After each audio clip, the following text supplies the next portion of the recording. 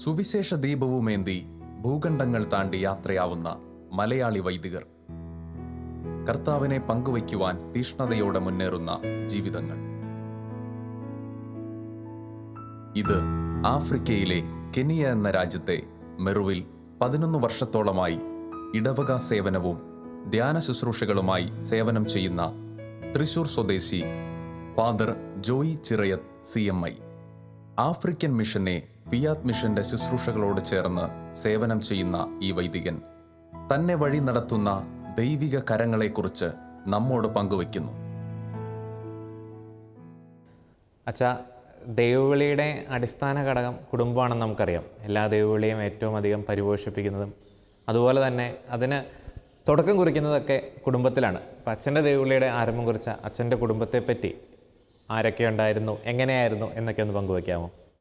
ഇപ്പോൾ തൃശ്ശൂർ അതിരൂപതയിൽ പുത്തൻപീടിക ഇടവകയിൽ നിന്നുള്ള സെൻറ്റ് ആൻ്റണീസ് പാരിഷിൽ നിന്നുള്ള അംഗമാണ് ഞാൻ.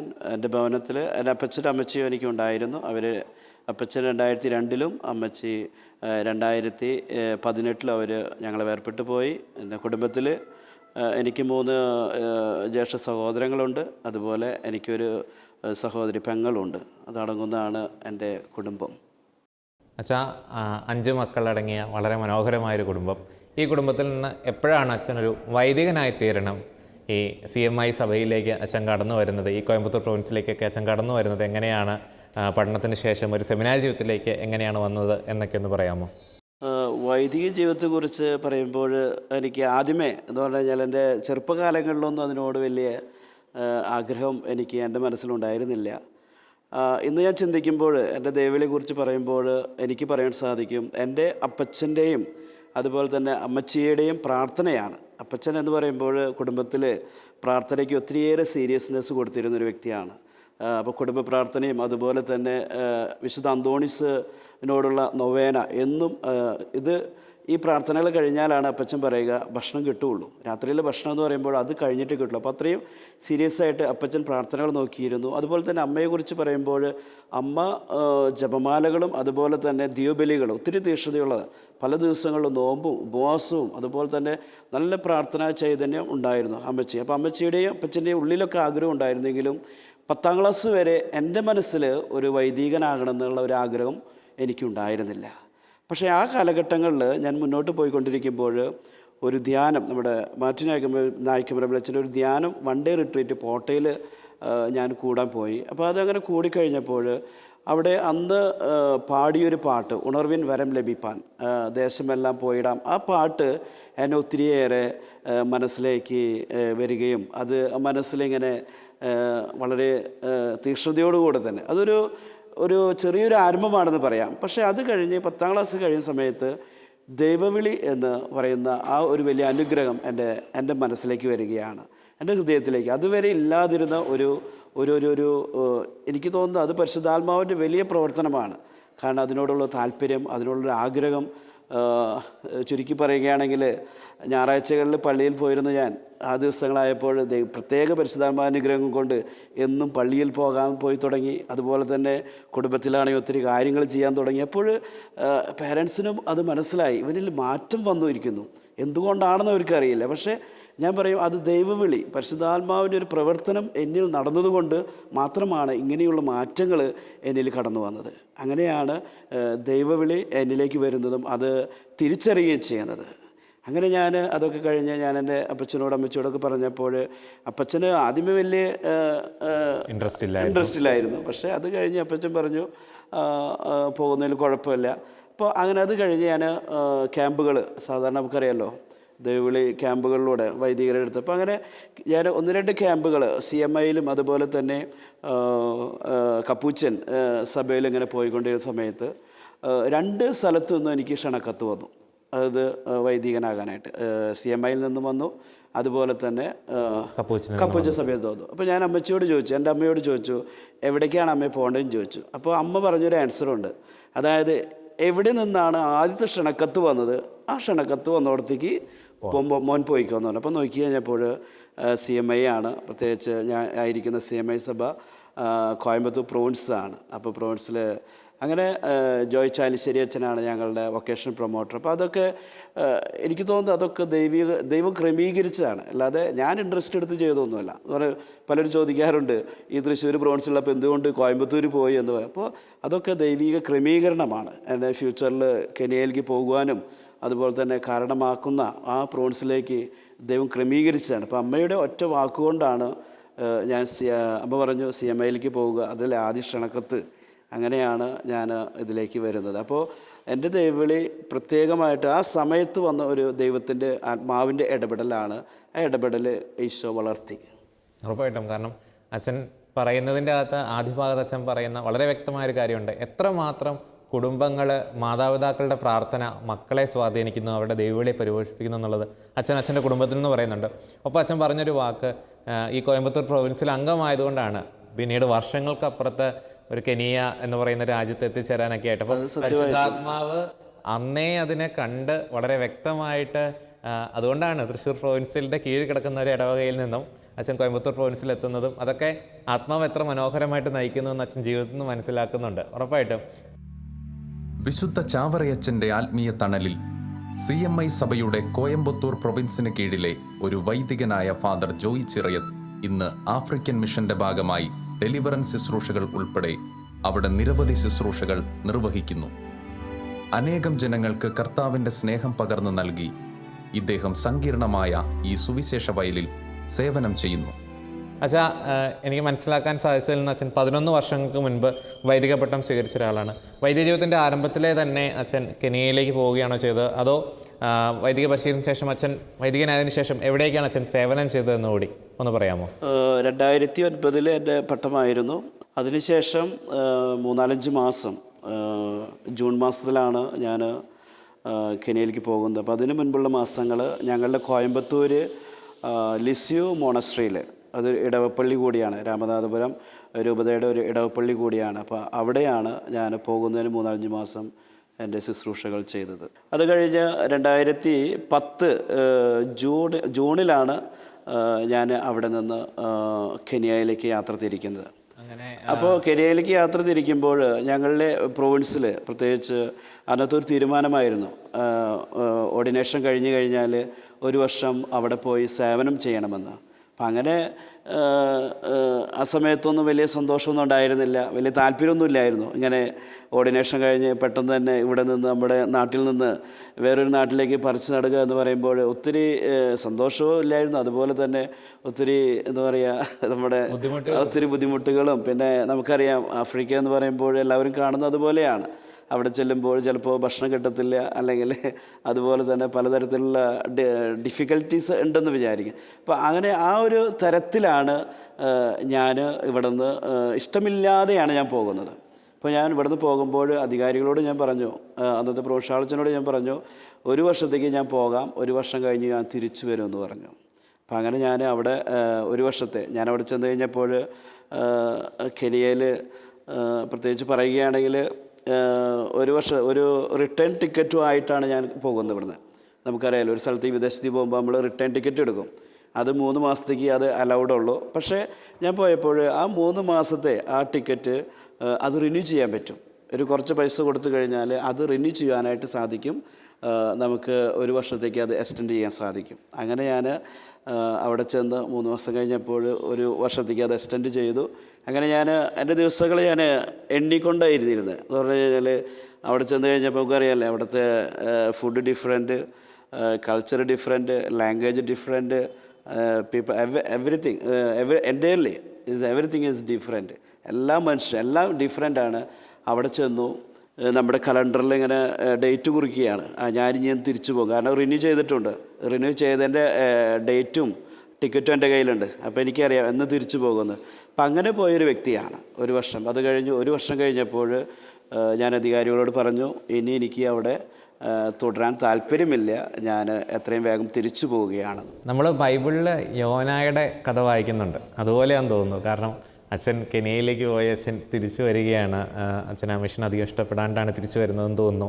യോന ഇങ്ങനെ തന്നെയാണ്. യോനയോട് നിനവയിലേക്ക് പോകാൻ പറയുന്നു, പക്ഷേ യോന പോകുന്നില്ല. പക്ഷേ എങ്ങനെയൊക്കെയോ അവസാനം നിനവയിൽ എത്തിക്കുകയാണ് ദൈവം. അതുപോലെ അച്ഛൻ വീണ്ടും കെനിയയിലെത്തുകയാണ്. എങ്ങനെയാണ് വെച്ചാൽ പിന്നീട് വീണ്ടും അങ്ങോട്ട് തന്നെ പോകാനുള്ള സാഹചര്യം ഉണ്ടായത്? ഇവിടെ വന്നതിന് ശേഷം ചെന്നിമല ഒരു സ്പെഷ്യൽ സ്കൂളുണ്ടായിരുന്നു ഞങ്ങൾക്ക്. അപ്പോൾ അവിടെയാണ് ഞാൻ അപ്പോയിൻറ്റഡ് ആയത്. അവിടെ ഇങ്ങനെ അച്ഛനെ കൂടെ ഞങ്ങൾ ഒരുമിച്ച് ജോസ് കണ്ണമ്പിള്ളി അച്ഛനാണ്. അപ്പോൾ അച്ഛൻ്റെ കൂടെ ഒരുമിച്ച് ഞങ്ങൾ സേവനമൊക്കെ ചെയ്ത് മുന്നോട്ട് പോകുന്ന സമയത്ത് എൻ്റെ ഉള്ളിൽ പരിശുദ്ധാത്മാവ് ഇങ്ങനെ പറയുന്നു, കെനിയയിൽ പോകണം. ഒത്തിരിയേറെ ആഗ്രഹം എന്നിലേക്ക് കടന്നു വന്നു. ദൈവവിളി എങ്ങനെ സ്വീകരിച്ചുവോ, ദൈവവിളി സ്വീകരിക്കുന്ന സമയത്ത് എൻ്റെ മനസ്സിൽ കടന്നു വന്ന പരിശുദ്ധാത്മാവ് വീണ്ടും കടന്നു വരികയാണ്, കെനിയയിലേക്ക് പോകണമെന്ന് പറഞ്ഞ്. അങ്ങനെ ഞാൻ കെനിയയിലേക്ക് പോകണമെന്ന് എൻ്റെ ആഗ്രഹമുണ്ട്. പക്ഷേ ഞാൻ അധികാരികളോട് ഞാൻ പറഞ്ഞിരുന്നു, ഇനി കുറച്ച് നാളത്തേക്കൊന്നും ഞാൻ കെനിയയിലേക്ക് പോകില്ല. അത് പറഞ്ഞിട്ടാണ് തിരിച്ചു വന്നത്. ഇനി വേണമെന്നുണ്ടെങ്കിൽ കുറച്ച് വർഷങ്ങളൊക്കെ കഴിഞ്ഞ് പോകണമെന്നുണ്ടെങ്കിൽ പോകാം എന്ന് ഞാൻ പറഞ്ഞിരുന്നത്. അതുകൊണ്ട് എനിക്ക് അധികാരികളോട് ഈ ആഗ്രഹം പറയാനായിട്ട് ഒരു മടിയുണ്ടായിരുന്നു. പക്ഷേ അപ്പോൾ തീരുമാനം എടുക്കാനായിട്ട് ഞാൻ നമ്മുടെ സെയ്യോൻ അവിടെ ധ്യാനകേന്ദ്രത്തിലൊന്ന് അച്ഛന്മാരുടെ ധ്യാനത്തിൽ പോയി ഞാൻ പ്രാർത്ഥിക്കുമ്പോൾ അവിടെ ഗിഫ്റ്റഡ് ആയിട്ടുള്ള ഒരു സിസ്റ്റർ കൗൺസിലിംഗ് നടത്തിയപ്പോൾ സിസ്റ്റർ ഇങ്ങനെ പ്രാർത്ഥിച്ച് കഴിഞ്ഞപ്പോൾ സിസ്റ്റർക്ക് എന്തൊക്കെയോ മെസ്സേജുകൾ കിട്ടിയപ്പോൾ സിസ്റ്റർ പറഞ്ഞു, അച്ഛനെ ഇങ്ങനെ വിദേശത്തിൽ പോകുന്നതായിട്ട് കാണുന്നു, വിദേശത്തൊരു മിഷണറി ആയിട്ട് പോകുന്നത് കാണുന്നു. അങ്ങനെ അപ്പോൾ സിസ്റ്റർ ഒന്നും അറിയില്ല, പക്ഷേ സിസ്റ്റർ പറയുകയാണ് ഗിഫ്റ്റഡായിട്ട്. അപ്പോൾ അവിടെ പോയി കഴിഞ്ഞാൽ ദൈവം അച്ഛനെ സമൃദ്ധമായിട്ട് അനുഗ്രഹിക്കും. അതുകൊണ്ട് ഈ ക്ഷണം അച്ഛൻ സ്വീകരിക്കണമെന്ന് സിസ്റ്റർ എന്നോട് പറയുകയാണ്. അപ്പോൾ അതൊരു കൺഫർമേഷൻ പോലെ എനിക്കത് കിട്ടുകയും അത് കഴിഞ്ഞ് ഞാൻ ആ ഡിസംബറിൽ തന്നെ ഞാൻ വീണ്ടും തിരിച്ച് കെനിയയിലേക്ക് യാത്രയാകുകയാണ്. കത്തോലിക്ക വിശ്വാസം ഏറെ വെല്ലുവിളികളിലൂടെ സഞ്ചരിക്കുന്ന ആഫ്രിക്കൻ രാജ്യമായ കെനിയയിൽ ഒരു പുനർപ്രഘോഷണത്തിനായി ദൈവം ഈ വൈദികനെ ഉപയോഗിക്കുന്നു. തിന്മ നിറയുന്ന മേഖലകളിൽ സൗഖ്യവും വിടുതലും വചനം വഴി നൽകാൻ ജോയച്ചന്റെ പ്രേക്ഷിത വഴികൾ അവിടെ ജനതകൾക്ക് അനുഗ്രഹമാകുന്നു. നമ്മുടെ രാജ്യമൊക്കെ ആയിട്ടൊന്ന് കമ്പയർ ചെയ്യുമ്പോഴേക്കും ഒത്തിരി ദരിദ്രമായ അവസ്ഥയാണ്. ഒത്തിരി പ്രശ്നങ്ങൾ നമ്മളൊക്കെ പത്രങ്ങളിൽ എപ്പോഴും വായിക്കാറുണ്ട്. ഒത്തിരി യുദ്ധങ്ങൾ, കാര്യങ്ങൾ, ക്ഷാമം, ഇങ്ങനത്തെ പ്രശ്നങ്ങളൊക്കെ ഉള്ള ഒരു രാജ്യമാണ്. എങ്ങനെയാണ് അവിടുത്തെ ജനങ്ങളുടെ ഒരു ജീവിത രീതി, സാമൂഹ്യ പശ്ചാത്തലം, അതൊക്കെ ഒന്ന് പെട്ടെന്ന് പറയാമോ വെച്ചാൽ? അപ്പോൾ അവിടെ ഇത് പറയുന്ന മുൻപ് ഒരു അനുഭവം എനിക്ക് ഷെയർ ചെയ്യുമ്പോഴാണ് കൂടുതലായിട്ടത് വ്യക്തതയോടുകൂടി പറയാനായിട്ട് സാധിക്കുകയുള്ളൂ. ഞാനിവിടെ നിന്ന് പോയതിന് ശേഷം അവിടെ ചെന്നു. അപ്പോൾ ഓൾറെഡി ദൈവം അവിടുന്ന് അനുഗ്രഹിക്കുമെന്ന് പറഞ്ഞിട്ടുണ്ടല്ലോ. ഏത് തരത്തിലാണ് ദൈവം അനുഗ്രഹിക്കുന്നത് എനിക്കറിയില്ലായിരുന്നു. പക്ഷേ അവിടെ ചെന്ന് കഴിഞ്ഞപ്പോൾ ആ ദിവസങ്ങളിൽ, ആ മാസങ്ങളിൽ ഫിയാത്ത് മിഷണറീസ് അവിടെ കടന്നു വരികയാണ്. അപ്പോൾ അവർ ഒരു മധ്യസ്ഥ പ്രാർത്ഥന ആ രൂപതയിൽ തുടങ്ങണം എന്ന് വിചാരിച്ചിട്ടാണ് അവർ കടന്നു വരുന്നത്. അപ്പോൾ അവർ വരുന്നത് എൻ്റെ കൂടെയുള്ള അച്ഛൻ ജോർജ് പുത്തഞ്ചേരി ക്ഷണിച്ചിട്ടാണ് അവർ അവിടേക്ക് വരുന്നത്. അപ്പോൾ എൻ്റെ പള്ളിയിലാണ് അവർ താമസിച്ചിരുന്നത്. അപ്പോൾ അവർ അങ്ങനെ 3 മിഷണറിമാർ, നമ്മുടെ സീറ്റ്ലി ബ്രദറുണ്ട്, അതുപോലെ തന്നെ അവരുടെ പോളി ബ്രദർ, ഇട്ടിയച്ചൻ ബ്രദർ, അവർ 3 പേര് അവിടെ വന്ന് 2 ആഴ്ചയോളം ഞങ്ങളുടെ കൂടെ അവർ അവിടെ താമസിച്ചു. അതുകൂടാതെ അവർ കെനിയയ്ക്ക് വേണ്ടി പ്രാർത്ഥിച്ചു. അതുകൂടാതെ അവർ ബിഷപ്പിനെ കണ്ടു.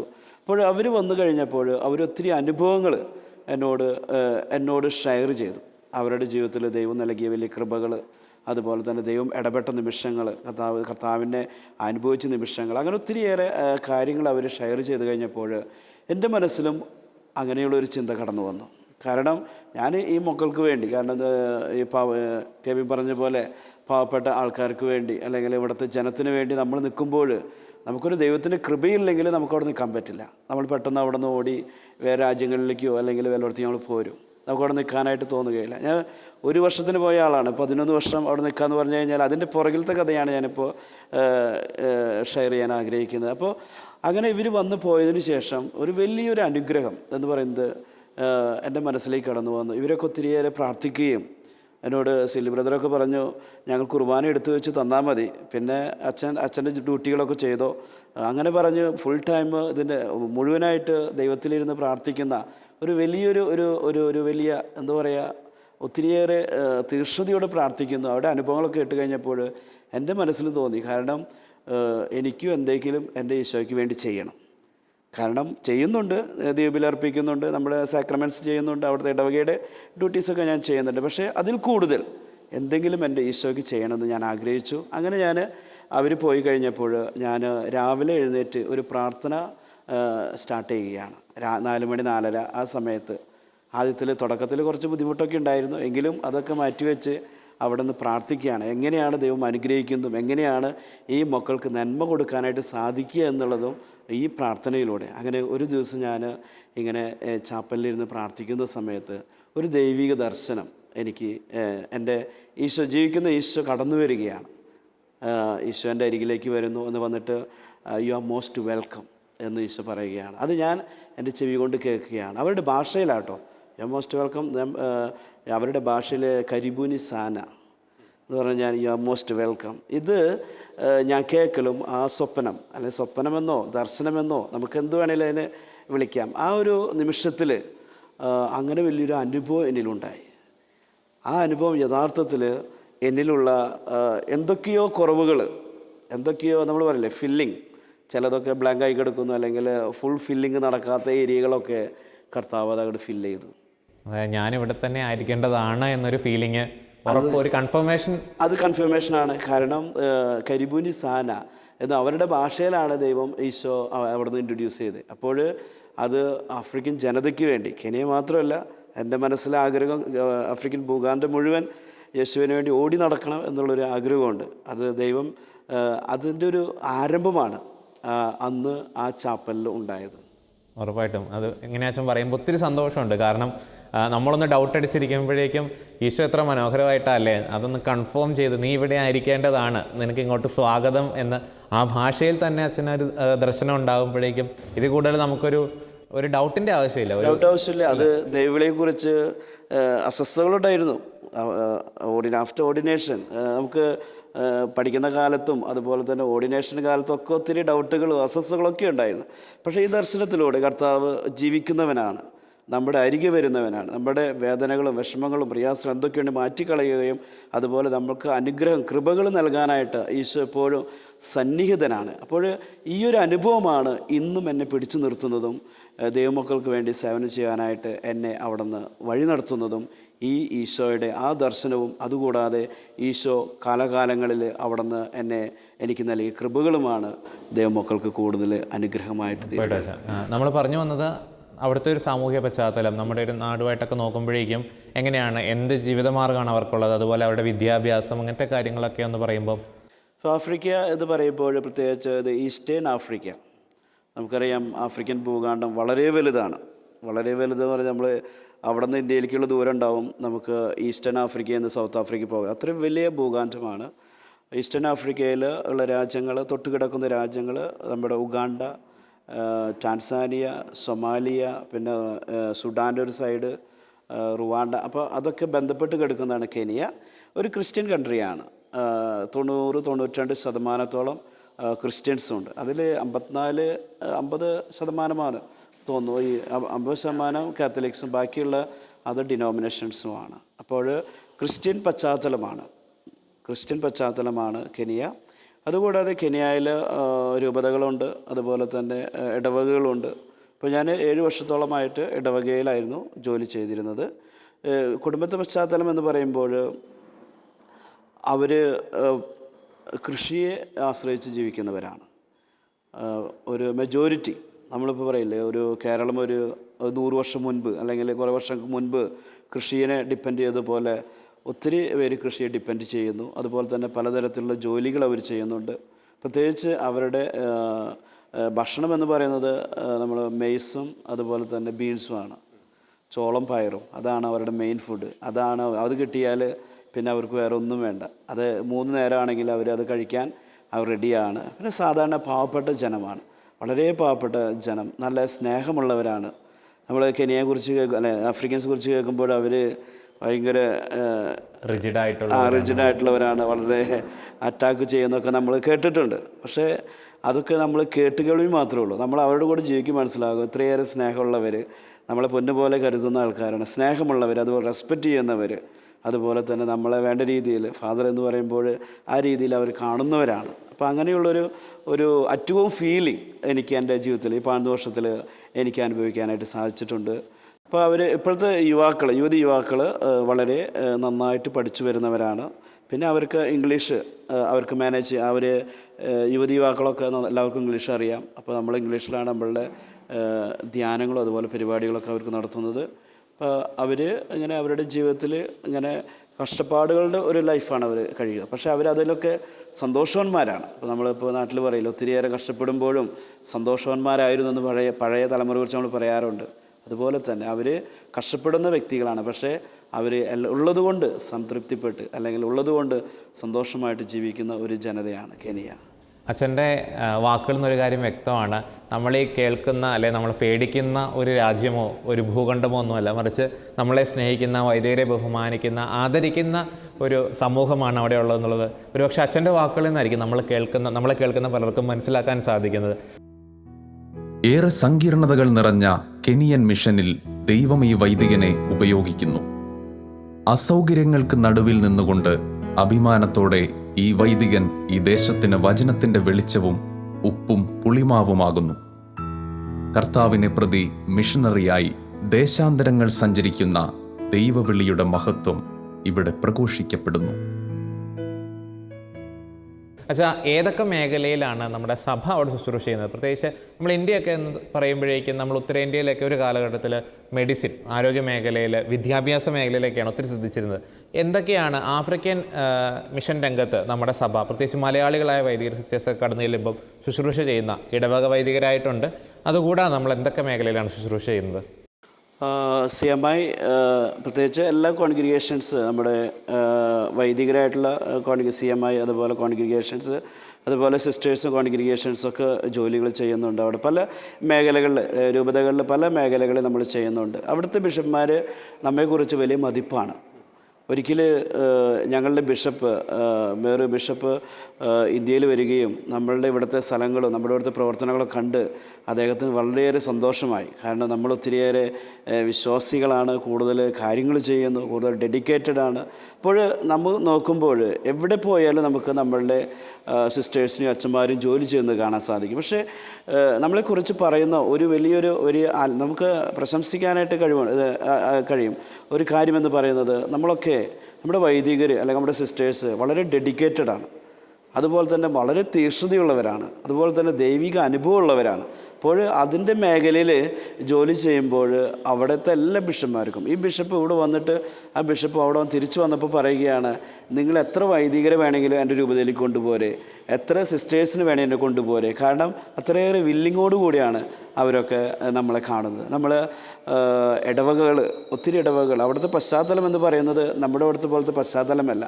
ഒരു ഇടവകയുടെ കീഴിൽ 5-8 പള്ളികൾ അല്ലെങ്കിൽ 10-12 പള്ളികൾ, ഏരിയ വളരെ വൈഡായിരിക്കും. നമ്മൾ ഒരു 2-3 കിലോമീറ്ററിൻ്റെ ഉള്ളിലാണ് നമ്മുടെ ഇടവക നിൽക്കുന്നത്. പക്ഷേ അവിടുത്തെ ഒരു ഇടവക നിൽക്കുന്നത് 10-25 കിലോമീറ്റർ ചുറ്റളവിലാണ്. അപ്പോൾ അവിടെ ചിതറിക്കിടക്കുന്ന നമ്മളുടെ ദൈവജനമുണ്ട്. അപ്പോൾ അവരുടെ അടുത്തേക്കൊക്കെ എത്തണമെങ്കിൽ ഒത്തിരി വൈദികരുണ്ടെങ്കിലേ അതിന് സാധിക്കുകയുള്ളൂ. അപ്പോൾ അവിടെയൊന്നും അത്രയേറെ രൂപതയ്ക്ക് വൈദികരുണ്ടെങ്കിലും അതൊന്നും അത്ര എഫിഷ്യൻ്റായിട്ട് എല്ലായിടത്തേക്ക് എത്തിപ്പെടുവാനായിട്ട് സാധിക്കില്ല. അതുകൊണ്ടാണ് നമ്മൾ മിഷണറിമാരെ ആഗ്രഹിക്കുന്നതും മിഷണറിമാർ നന്നായിട്ട് അവിടെ ചെയ്യുമെന്നുള്ളത് അവിടുത്തെ ബിഷപ്പ്മാർക്കും എല്ലാവർക്കും നല്ല ഉറപ്പാണ്. അപ്പോൾ അതുകൊണ്ട് അവിടെ നമ്മൾ പ്രത്യേകിച്ച് ദൈവവിളി ഇതുപോലെ നമ്മളുടെ രൂപതയിൽ വർക്ക് ചെയ്യുന്നു. അതുകൂടാതെ നമുക്ക് വിദ്യാഭ്യാസ സ്ഥാപനങ്ങളുണ്ട്, അതുപോലെ തന്നെ ഡിസ്പെൻസറികൾ, ഹോസ്പിറ്റലുകൾ അതുപോലെ തന്നെ ഇങ്ങനെ പ്രവർത്തിക്കുന്നുണ്ട്. അപ്പോൾ അതിലൊക്കെ ഒത്തിരി സിസ്റ്റേഴ്സ് പ്രവർത്തിക്കുന്നു, വളരെ ഡെഡിക്കേറ്റഡ് ആയിട്ട്, വളരെ ശുശ്രൂഷ മനോഭാവം, ശുശ്രൂഷ കൃപ ഉള്ള സിസ്റ്റേഴ്സ്. അവിടുത്തെ ജനങ്ങൾക്ക് വേണ്ടി അവിടെ നിന്ന് കഷ്ടപ്പെടുന്നവരുണ്ട്. അപ്പോൾ അതുപോലെ തന്നെ വിദ്യാഭ്യാസ സ്ഥാപനങ്ങൾ അവരെ ഒരു നല്ല രീതിയിലേക്ക് കൊണ്ടുവരുവാനായിട്ട്, അപ്പോൾ അതൊക്കെ നമ്മൾ അവിടെ നമ്മളുടേതായ മിനിസ്ട്രികളായിട്ട് നമ്മൾ ചെയ്യുന്നുണ്ട്. അതുപോലെ ധ്യാന കേന്ദ്രങ്ങൾ അവിടെയുണ്ട്. അപ്പോൾ അതിലൂടെയും ദൈവമക്കളെ ദൈവത്തിലേക്ക് അടുപ്പിക്കുവാനായിട്ട് നമ്മൾ അവിടുന്ന് പരിശ്രമിക്കുന്നുണ്ട്. ഒരു സമയത്തൊക്കെ നമ്മൾ ഈ ആഫ്രിക്ക എന്ന് പറയുമ്പോഴേക്കും വിദ്യാഭ്യാസമില്ല, പട്ടിണിയാണ്, രോഗം മൂലം ആളുകൾ മരിക്കുന്നു, അങ്ങനെയുള്ളതൊക്കെ നമ്മുടെ ഒരു കേട്ടുകേൾവിയൊക്കെ നമ്മുടെ സഭ കടന്ന് ചെന്നതിന് ശേഷം അല്ലെങ്കിൽ നമ്മുടെ മിഷണറിമാർ കടന്നു ചെന്നതിന് ശേഷം ഈ ഒരു സാഹചര്യത്തിനൊക്കെ ഒരു മാറ്റം വന്നിട്ടുണ്ട്. അതായത് വിദ്യാഭ്യാസ രംഗത്തും ആരോഗ്യ രംഗത്തും കുറച്ചുകൂടെയൊക്കെ അഭിവൃദ്ധിപ്പെടാനായിട്ട് സാധിക്കുന്നുണ്ടോ, അതോ പഴയൊരവസ്ഥ തന്നെ തുടരുകയാണോ? നമ്മുടെ വൈദികർ സിസ്റ്റേഴ്സും അതിനുവേണ്ടി ഒത്തിരി പരിശ്രമിക്കുന്നുണ്ട്. പക്ഷേ അവിടുത്തെ രാജ്യം കുറച്ച് കറപ്റ്റഡാണ്.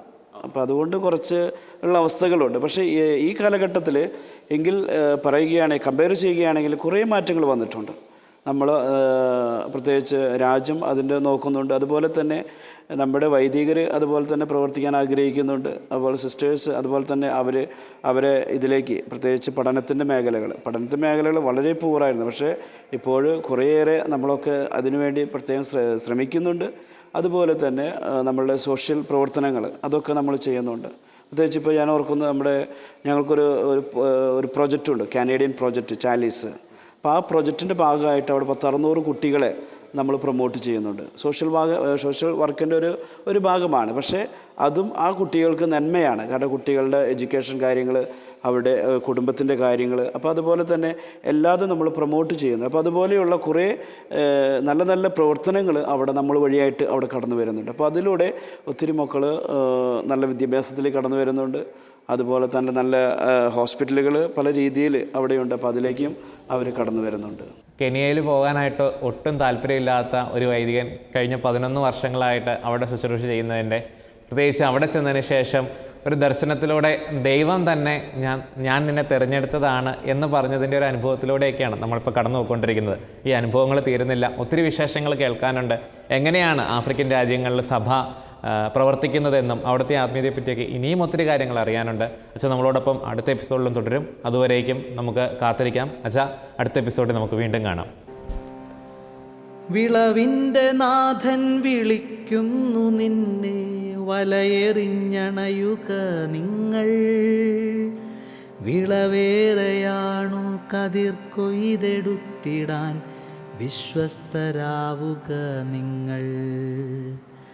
തല ചായ്ക്കുവാനിടമില്ലാത്തവൻ ഞാൻ, തണലായി മാറുക നിങ്ങൾ. സുഖമേറെയേകില്ല ഈ വഴികളെങ്കിലും, ലഹരിയായി ഞാൻ നിന്നിലലിയും. കവചങ്ങളെല്ലാം വലിച്ചെറിയണം, നിമിഷ സുഖമല്ലിതു സത്യം. ശാശ്വതമാം നിത്യജീവനെ നേടുവാൻ സ്വയമഴിഞ്ഞിടുക നിങ്ങൾ. ശാശ്വതമാം നിത്യജീവനെ നേടുവാൻ സ്വയമഴിഞ്ഞിടുക നിങ്ങൾ.